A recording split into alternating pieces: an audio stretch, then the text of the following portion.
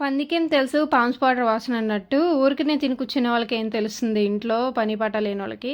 ఒకప్పుడు నేను మామూలు ఖాళీగానే ఉండేది. నా సిచ్యువేషన్ బాలేక ఖాళీగా ఉన్నాను కాబట్టి ఇంట్లో పిల్లల్ని చూసుకుంటా, లేకపోతే నేనేం ఉండాల్సిన అవసరం లేదు. ఖాళీగానే ఉన్నావుగా ఇంట్లో అచ్చులు పోసుకుంటున్నావా అని ఇంకా చాలా ఎటకారంగా కొంతమంది మాట్లాడారు నన్ను. బట్ వాళ్ళకి ఎవరైతే అంత ఎటకారంగా మాట్లాడారో వాళ్ళకి ఈ వీడియో. మీకులాగైతే నేను ఇంట్లో కూర్చొని నేను తింటలేదు. పక్కన వాళ్ళని కామెంట్ చేయటం ఏమంట్లా.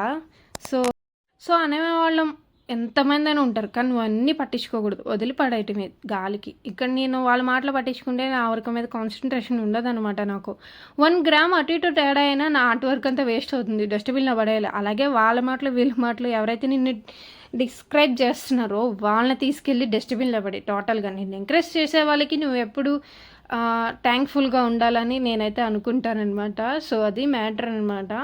So none of the waste matters waste వాళ్ళందరినీ తీసేసి మంచిగా నువ్వు ఏదైతే చేయాలనుకుంటున్నావో నీకు సపోర్ట్ ఉన్న వాళ్ళ గురించి ఆలోచించుకొని నువ్వు ముందుకు సాగాలి ఎప్పుడైనా సరే. అండ్ నేను కూడా అంతే. నాకు మా హస్బెండ్ సపోర్ట్ ఉన్నాడు, ఇంకా ఫ్యామిలీ మెంబర్స్ ఉన్నారు.